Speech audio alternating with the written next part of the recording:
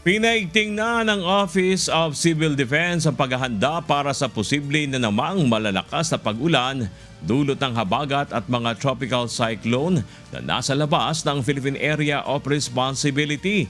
Inaasahang magsisimula ang monsoon rains ngayong Lunes o Martes at posibleng magtagal hanggang Huwebes o Biyernes na maaaring magdulot ng pagbaha at landslides. Tiniyak ng OCD ang kahandaan ng response teams, assets at relief supplies habang pinaigting ang koordinasyon sa mga ahensya at local government units.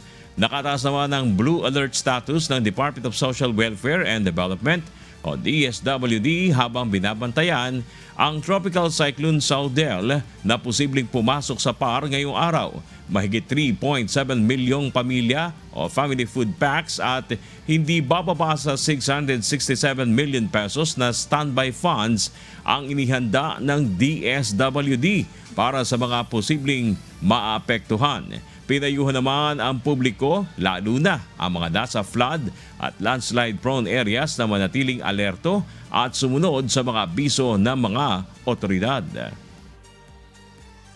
Itong enhanced habagat na maaring makaapekto sa atin Monday or Tuesday ay may potensyal na magdala ng prolonged and rapidly intensifying rainfall over western and northern Luzon kasama ang NCR.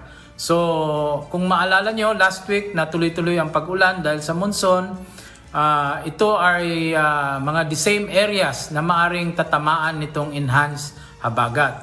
So itong mga areas na ito are already saturated from the recent habagat, no?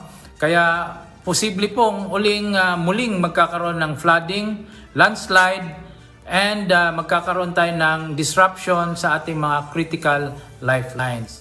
Hot